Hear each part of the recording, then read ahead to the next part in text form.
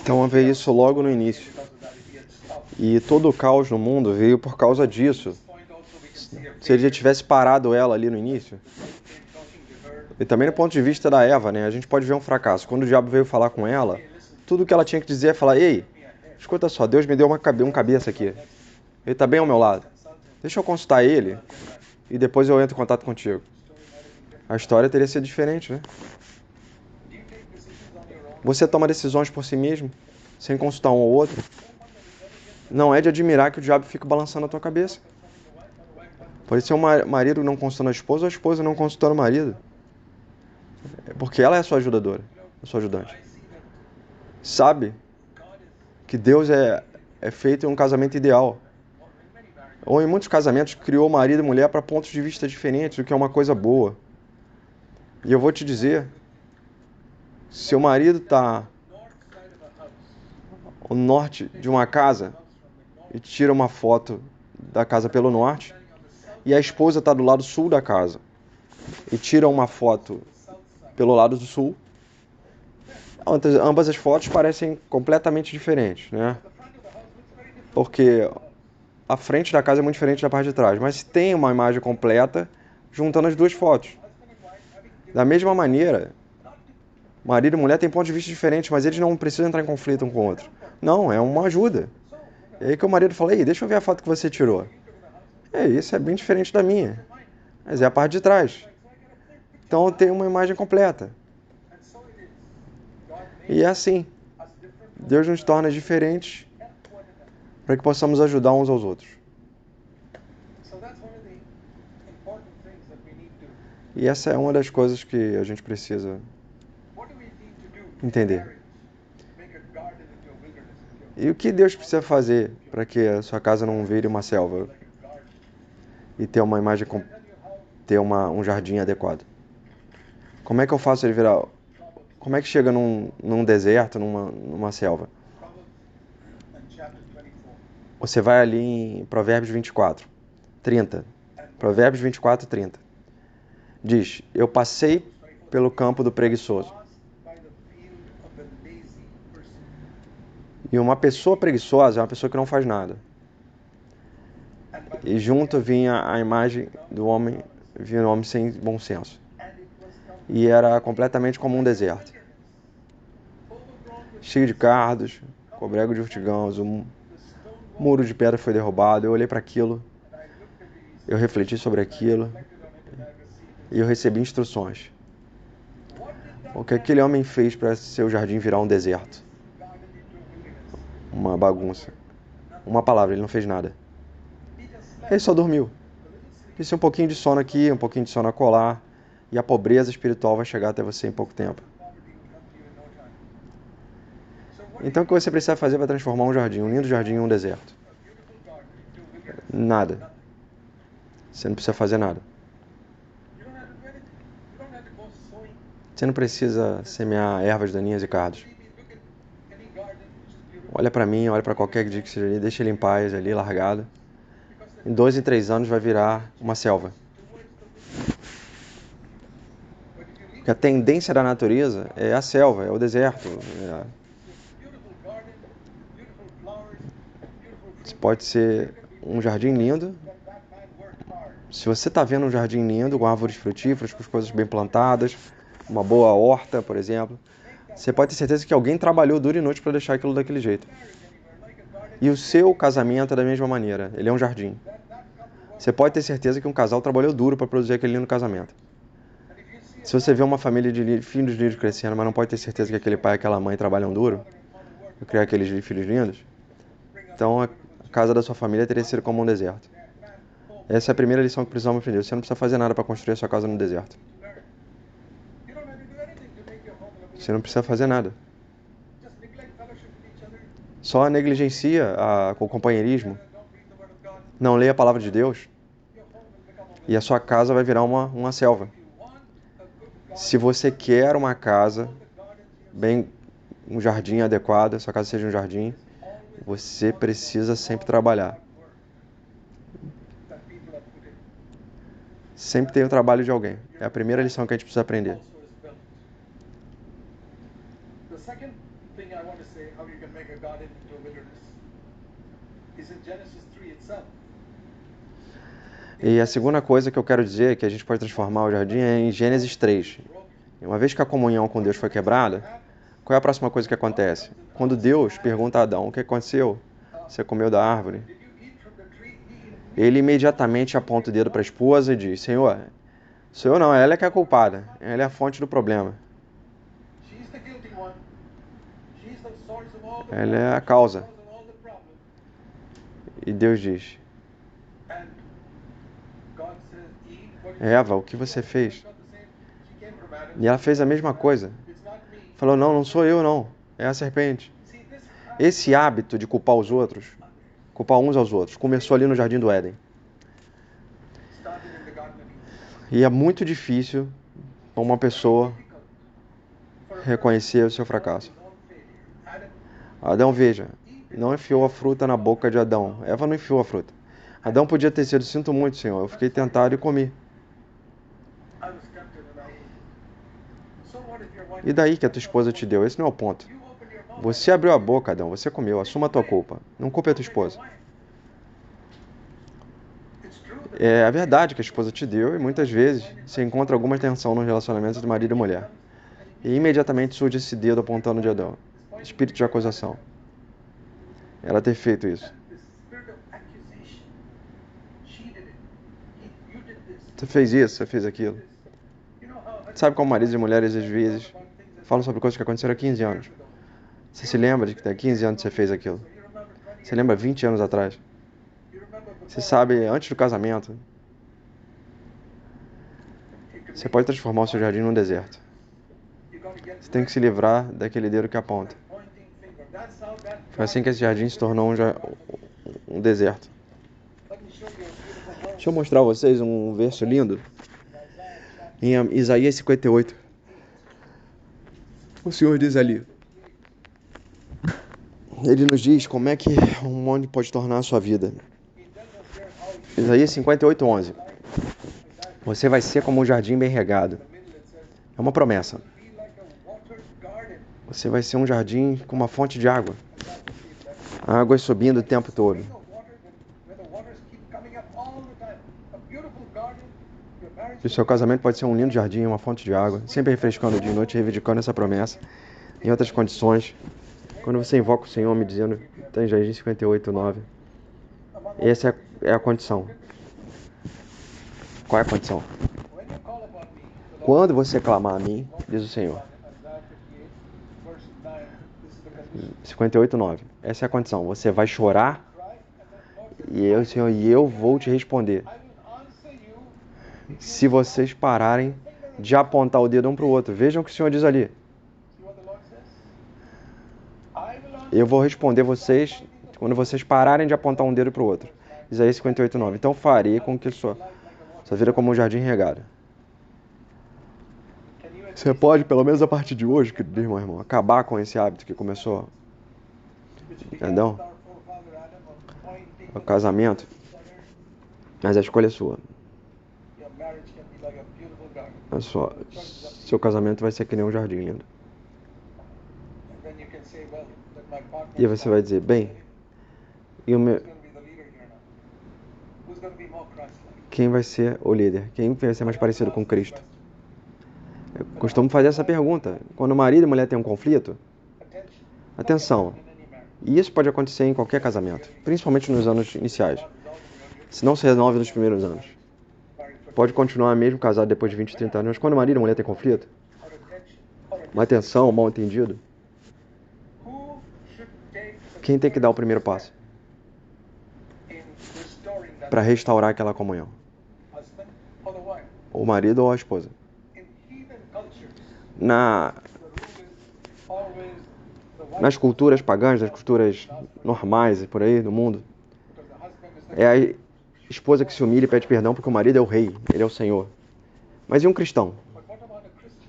O cristão também é assim? Não. Quando um marido e esposa cristãos têm uma tensão, um conflito, um mal entendido, quem tem que dar o primeiro passo? We take A gente toma o nosso exemplo de Deus, não da cultura pagã. not from Então, so let's vamos fazer uma pergunta e obter uma resposta para isso. Quando Deus e homem tiveram um conflito devido ao pecado, quem é que deu o primeiro passo para restaurar o relacionamento? Who took the first step to restore that relationship? Você sabe a resposta. Foi Deus quem enviou o seu filho. Who sent his son?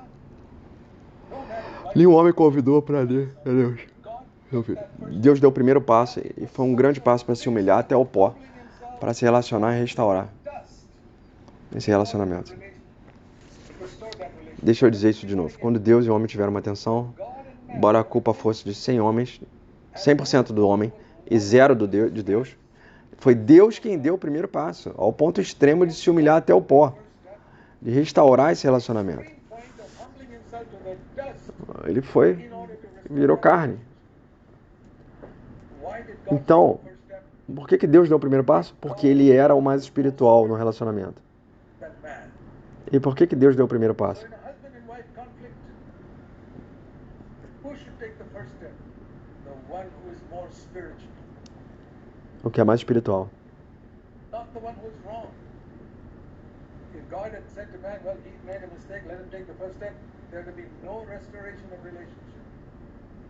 But the nature of God is so eager to fellowship with E a man, natureza de Deus está ansiosa para ter comunhão com o homem, say that was his fault, so let him que ele não fez isso. No. That's the language of fallen man. Não, essa é a linguagem do homem caído. God is, let me take that first A linguagem de um Deus amoroso é: deixa que eu dou o primeiro passo. Deixa eu me humilhar. step. Many of our Como são muitos dos nossos casamentos, siga esse exemplo de Deus, God em vez do exemplo do diabo, que é chamado de acusador dos irmãos. called the accuser of the brethren. Veja, Satanás. Revelation 12 it A gente vê ali em Apocalipse 12 que Satanás está esperando para acusar os filhos de Deus todos os dias, dia e noite. Ele está acusando os filhos de Deus. Em outra palavra, ele está esperando, está olhando, ele tem os agentes dele, milhões de demônios aí no mundo, procurando encontrar algum crente que comete um pecado. E intimamente ele vê: ei, tá vendo aquele cara ali? Ele fala que é teu filho? Olha como ele está falando, o que ele está fazendo. Olha lá, está assistindo pornografia quando ninguém está olhando para ele. E está dizendo que é filho de Deus, nascido de novo. Você está vendo isso? Ele é o acusador. Acusador dos irmãos.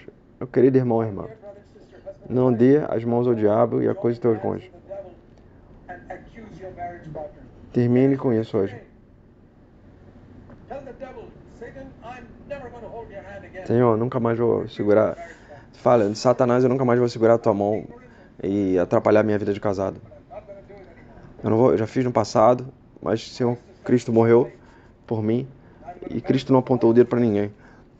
Na cruz, os braços estavam estendidos, mão pregada na cruz. Finding fingers Não tinha um dedo para apontar para ninguém. his arms were stretched out and his hands were nailed to E ele diz,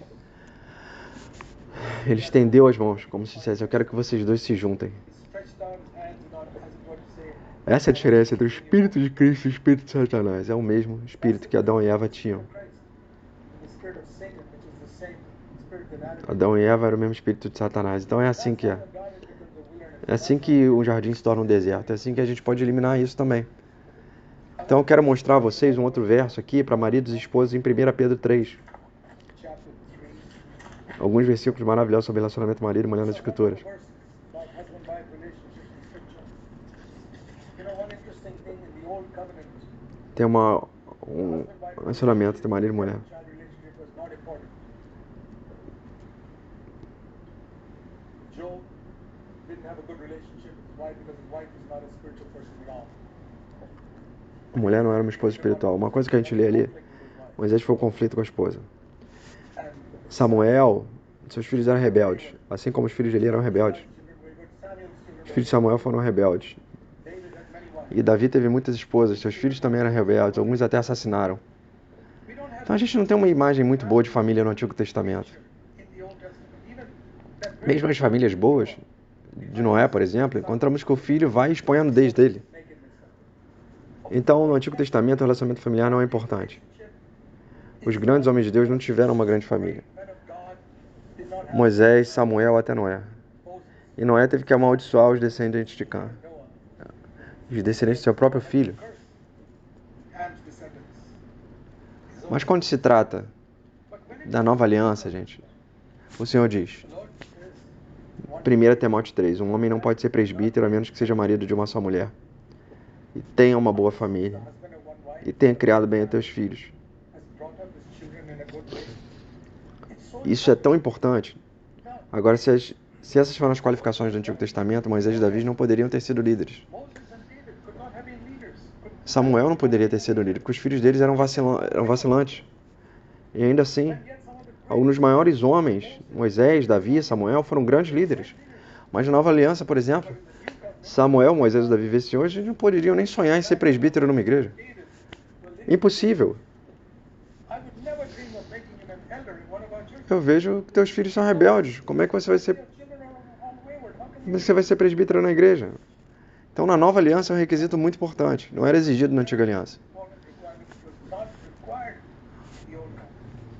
É muito importante ver isso. A relação marido e mulher é muito importante. Então, deixa eu te levar até o 1 Pedro 3. Aqui fala de uma esposa cujo marido não se converteu. Ou mesmo que seja convertido, ele é desobediente à palavra de Deus. Um de vocês, esposa, tem um marido que não é convertido. Ou está desobediente à palavra de Deus? Mesmo afirmando ser cristão, ele é um hipócrita? Ok, então está aqui. Exatamente para você, irmã. 1 Pedro 3. Vocês, esposas, sejam submissas aos seus próprios maridos, mesmo aqueles que são desobedientes à palavra. Qual é o propósito para que você possa ganhá-los para o Senhor sem uma palavra de seu comportamento? Você vê a foto aqui? Um marido desobedece à palavra de Deus, é como é que foi capturado pelo diabo. Preste atenção. Um homem desobediente à palavra de Deus é um homem capturado pelo diabo. Qualquer um desobediente à palavra de Deus já está na mão do diabo. Então tem um marido aqui que já está na mão do diabo. E o diabo, ele é uma cara forte. Um marido desobediente à palavra. Está escrito aqui no verso 3. Que quem livra esse marido desse leão chamado Satanás? Quem? É uma mulher mansa e submissa. Incrível, né? Porque ele diz aqui que ela pode conquistar o marido. Isso significa libertar ele. Libertar ele das garras de Satanás. E essa mulher mansa e submissa em defesa pode libertar seu marido das garras do leão Satanás. Por sua conduta sem falar uma palavra. Sem pregar uma maneira incrível. Pela conduta dela. Conduta dela. Sem falar uma palavra, cara. Sem pregar nada. Tome isso como uma promessa, irmã. Não continue culpando o teu marido. Você diz, Senhor, eu quero isso aqui em 1 Pedro 3. Se cumpre minha vida. Eu confronto o diabo e não com o poder do mundo, mas com o espírito de submissão que Jesus tinha ao Pai Celestial. E eu vou levar meu marido a Cristo. Tudo bem. Tem uma palavra aqui para maridos também. Porque afinal pode ser o contrário. Talvez a esposa não esteja muito espiritual. Como a esposa de Jó. E Deus tem uma palavra para todos. Então 1 Pedro 3, 7. Vocês, maridos, da mesma maneira, no mesmo espírito, vivam com sua esposa de maneira compreensiva. Maneira compreensiva. Entendendo que ela é alguém mais fraco, um vaso mais fraco. E qual é a mentalidade espiritual do marido? Uma coisa primariamente, entender que ela é um vaso mais fraco. Ela não é tão forte que nem você. Não é tão forte como eu. Bem, fisicamente a gente já sabe disso, né? Geralmente o homem é mais forte que a mulher. Mas diz mais do que isso. Ela é um recipiente mais fraco. Por isso que ela chora facilmente, os homens não choram facilmente. Não despreze ela. É que ela é um recipiente mais fraco. Se você despreza sua esposa porque ela é mais fraca, bem, então você não vai conquistá-la. Você não vai construir um lar piedoso. Diz aqui, se você não reconhece que ela é um vaso mais fraco, faz um herdeiro da graça da vida. Leia. Você é uma co-herdeira. O trono da esposa não está um pé abaixo do marido, não. Ela está no mesmo nível do marido. Co-herdeira. E ambos os tronos estão no mesmo nível. Rei e rainha estão no mesmo nível. Conheça, o trono da esposa não está abaixo do marido, não. Eles estão no mesmo nível. Rei e rainha no mesmo nível. Reconheça isso. Conheça sua esposa como rainha da casa e você como rei da casa. igual a você, como rei da casa. E também reconheça que ela é um recipiente mais fraco.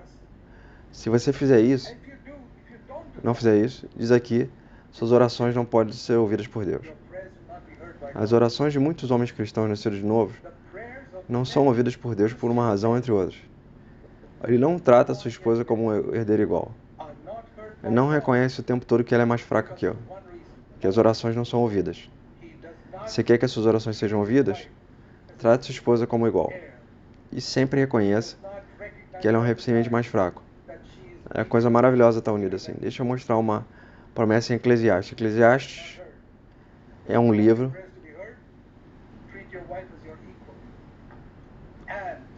que muitos cristãos acabam não lendo. Você quer que as suas orações sejam ouvidas? Trate a sua esposa como igual, gente. E é uma coisa maravilhosa aqui que eu vou mostrar para vocês. Veja só, tem aqui alguns versos incríveis nele. Deixa eu mostrar aqui algumas coisas de Eclesiastes para vocês. Vamos ali em Eclesiastes 4, versos 10 a 12.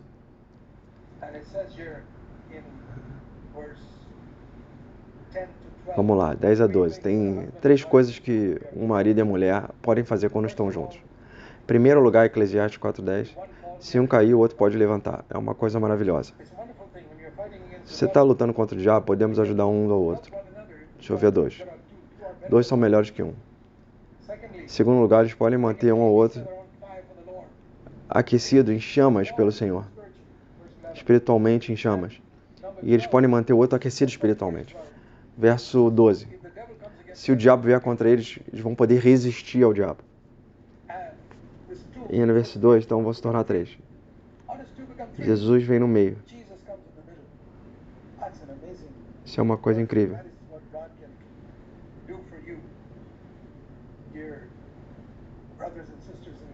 Eu quero passar a dizer algumas coisas com vocês, crianças, pais e filhos. Eu quero entender algumas coisas sobre filhos. É a responsabilidade primária do pai educar os filhos no caminho do Senhor. Isso é muito claro. E diz ali em Efésios 6, ele fala sobre filhos e pais. Os filhos obedecem aos pais, isso é certo. Honra teu pai e tua mãe. Porque isso é o primeiro mandamento. Efésios 3. Se vai tudo certo com você? Eu tenho uma pergunta aqui para todos os pais. Você quer que teus filhos vá tudo bem com eles? No tempo? Em segundo lugar, vocês querem que eles vivam muito tempo na Terra? Eu tenho certeza que você vai responder sim a ambas as perguntas. Então está aqui o que você deve fazer. Ensine teus filhos a honrar teu pai e mãe. E vai ensinar eles, assim como obedecer aos pais. Nunca leve a desobediência levianamente. Mesmo vindo de uma criança de 2 anos. Eu acredito que as crianças devem entender o significado da palavra não. Mesmo crianças de 1 ano, elas conseguem entender quando você diz não. Simples assim. Simples assim. Elas reconhecem em qualquer idioma. Quando a criança quer fazer alguma coisa, você chega e diz não, o tom da sua voz, o som que sai, eles entendem. Eles entendem. E sabe o que eles vão fazer? Eu já vi isso acontecer com meus netos quando eles tinham 1 ano de idade. A próxima vez que chegarem perto daquela coisa proibida, eles vão olhar em volta para ver se você está vendo. É assim que a gente entende que eles entenderam a mensagem. Não deve tocar nisso. Foi assim que eu aprendi que mesmo uma criança de 1 ano consegue entender a palavra não. Ensine a eles a obediência antes de ensinar qualquer coisa.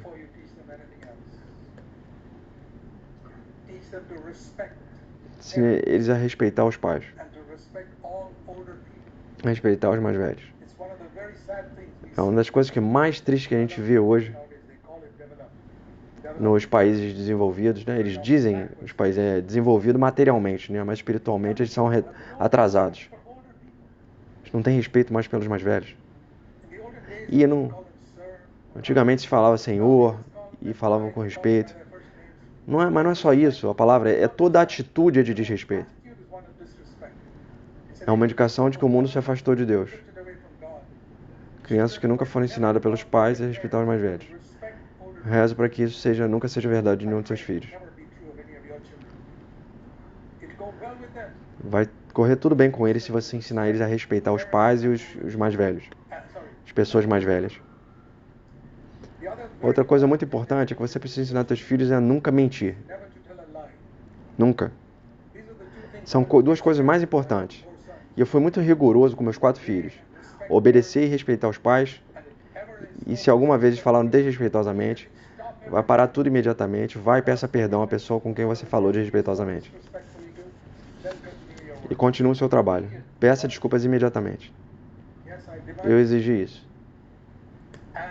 E eu nunca tolerava uma mentira. Todas as crianças mentem. Do nascimento, diz ali, do nascimento, na escritura já fala isso. Então isso faz parte da natureza deles, foi herdado de Adão. E temos que ensinar a acabar com esse hábito, para falar a verdade. Portanto, essas são as duas coisas mais importantes que a gente deve ensinar. Eu quero mostrar a vocês um versículo. Em Malaquias, o último livro do Antigo Testamento. Os últimos 2 versículos do Antigo Testamento tratam relacionamento pai e filho. Que diz que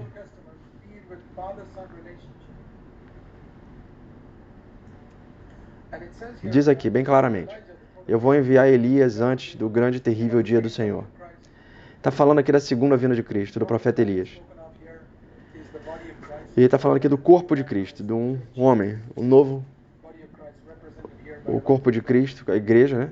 Representado aqui pelo profeta Elias. E quais são esses últimos dias? Elias, nos últimos dias, o corpo de Cristo, a igreja, ele vai proclamar e vai ensinar os corações. Diz ali em Malaquias 4:6.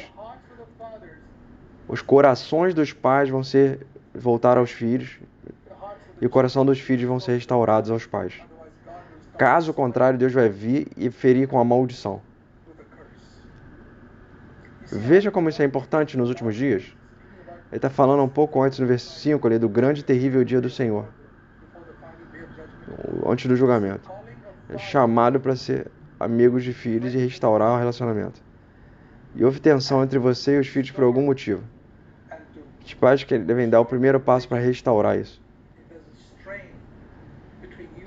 Se houver uma rusga entre você e teus filhos, a responsabilidade dos pais, que são mais sábios, disciplinar os filhos e restaurar o relacionamento. Tomar a iniciativa. Então, a Bíblia diz ali em Hebreus 12, que é uma coisa bem sábia, disciplinar os filhos. Abra um momento aqui comigo em Hebreus 12. Sabe que Deus é o Pai mais perfeito no universo, né, gente? E aqui diz que Deus às vezes nos pune, no sentido de nos disciplinar. Experimentei uma disciplina de Deus muitas vezes na minha vida. Em todos os 60 anos tenho sido crente. Eu sempre cometi algum deslize em algum lugar, apenas por falar uma palavra rude ou raivosa em algum lugar, o Senhor me ensinou. Quero que você seja perfeito em seu discurso. Por que Deus faz isso? Há momentos fracos que eu fico deitado na cama com febre. Eu tenho. E eu disse, Senhor, por que eu tive essa febre? O Senhor está tentando me ensinar. Está me disciplinando por alguma coisa, Pai? Me ajuda a entender. E o Senhor apontou ali, na semana que eu tive aquilo. Olha, o que aconteceu semana passada? Preste atenção. O Senhor apontou uma coisa muito pequena, uma palavra rude que eu falei em algum lugar. E eu tive que pedir desculpas. E eu fui fixar aquilo, fui consertar aquilo. Eu disse, Senhor, obrigado, Senhor, por ter me alertado, para que eu possa me tornar um pouco mais parecido com Cristo. E se precisar ficar com febre para aprender isso, vamos lá. Eu sou a favor. Então diz aqui em Hebreus 12:7, que é para a disciplina que você vai ter que suportar isso. Quando Deus disciplina você, Ele está tratando você como um filho. Pelo qual qual filho que o pai não disciplina? Veja a pergunta, qual filho que o pai não disciplina? Infelizmente, temos que dizer que há muitas crianças hoje que os pais não disciplinam. Agora, se é suposto que o pai faça isso e o pai não fizer, então ele é um pai preguiçoso. não espiritual. So the father is supposed to do it. Então a mãe tem que fazer se o pai não The fizer. father does not do it. Geralmente é o pai quem vai trabalhar e ganha o sustento da família. Spiritually minded. Mas se o pai estiver paralisado, Mother has to do it deitado em casa, aí a mãe tem que fazer o que o pai normalmente faz em outros lares. because they're living for the family. But what if the father is Mas se o pai não deixar de disciplinar o back at filho, home? Then the mother has to do what the father então a does. mãe tem que fazer. So the father fails to discipline the child. O The pai father falha em fails to disciplinar os teach filhos, God's word to the children. The mother must do it. a mãe tem que fazer. So it says here, Então diz aqui que os pais terrenos, diz ali versículo 9, earthly fathers, verse 9. Earthly fathers, os pais terrenos nos disciplinam e nós os respeitamos. so the Bible Portanto, a Bíblia ensina que os pais devem disciplinar os filhos. E existem várias maneiras pelas quais podemos disciplinar. discipline. If it is Se for muito sério, eles forem um pouco pequenos, talvez seja necessário dar um tapinha aqui, ou mesmo com uma vara, algo assim. but there are Mas other existem outras maneiras de disciplinar, não permitindo que eles saiam para jogar naquele dia, ou pedindo que eles sintam e façam outro tipo de trabalho, que eles suportem o tempo da brincadeira, né? E disciplinando eles de alguma outra forma. Tem maneiras diferentes, não é? when they, during their playtime, Você nem sempre precisa dar um tapa, usar uma vara, né? in various ways. It doesn't always have to be the spanking. Não. Always Você pode negar certos privilégios a eles, privileges from né? Deixar de castigo, ways of disciplining to show them that we are para disciplined mostrar their disobedience. que eles estamos descontentes com a desobediência dele. Very E o desrespeito dele é muito importante. and fathers also E o pais também, em Efésios 6, que não apenas discipliná-los. discipline them. There are two Existem duas coisas. fathers, Ephesians 6, Pais, Efésios 6, discipline disciplina na instrução no Senhor. of the Lord. Disciplina e instrução. Essa é a segunda coisa. Então, disciplina e instrução. Ensinar a palavra de Deus. Desde cedo, pegar uma Bíblia ilustrada e tratá-la com criança. Take a picture, Tratá-la com as crianças. Mostrar. feed it to the children. Contar a história da Bíblia, as lições que a gente pode aprender, as lições espirituais. Esse tem que ser o nosso objetivo com nossos filhos. Foi o que eu mesmo fiz com meus próprios filhos, gente. For all of our children. Todos. What I did with my own sons Antes de before they all eles saíram de casa aos 18 anos, de irem para a faculdade, go to college, eu queria que eles conhecessem a Bíblia. I wanted them to know the Eu queria que eles nascessem de novo, fossem batizados. Bible, and I wanted them to be baptized. E todos eles foram. And they all were. Todos eles Born again, nasceram de novo, foram batizados, reconheceram um pouco das Escrituras, conheciam as Escrituras, os princípios das Escrituras. Não só as histórias da Bíblia. Mas isso só vai acontecer se você trabalhar com eles. E trabalhe com eles de maneira que sejam um só, ou com eles. Você tem que orar pelo teu filho, mesmo quando ele está no ventre da mãe. You gotta pray. Comece a orar e orar regularmente. Nunca devemos parar de orar pelos filhos. Start praying. Pray. Vamos dizer que os filhos são todos casados, oramos por ele. We must E até pelos nossos netos. É muito importante isso, gente. our children A oração é que realiza essas coisas todas. now. Ore por ele quando estiverem doentes. Very important. E se algum dos filhos estiver doente, pai, impõe as mãos sobre aquela criança. They are sick. E em nome de Jesus diz, Senhor, você diz que impõe as mãos sobre os enfermos e eles se recuperam. Então eu estou impondo as mãos sobre meu filho aqui. Cure essa criança dessa febre, seja o que for. Uma coisa maravilhosa para as crianças aprenderem ao pai. Heal this child with Ver o pai e a mãe orando por ele, ensinando as escrituras, orando por ele. wonderful thing. Children there to learn, Nesse mundo maligno é muito, muito importante ensinar aos filhos as verdades bíblicas, os valores divinos. teaching them the scriptures, praying for them. Isso é importantíssimo. Evil world is very Esse mundo é maligno. teach our children scriptural truths, A gente tem que ensinar essas verdades, godly os values, valores de Deus. and how to relate, Como se relacionar, como ter sabedoria e evitar conflitos, how to learn. como aprender e perdoar uns aos outros. Forgiveness is one of the most E o perdão é uma das coisas mais importantes que a gente deve aprender em cada família. every family. Let me Deixa eu concluir com isso.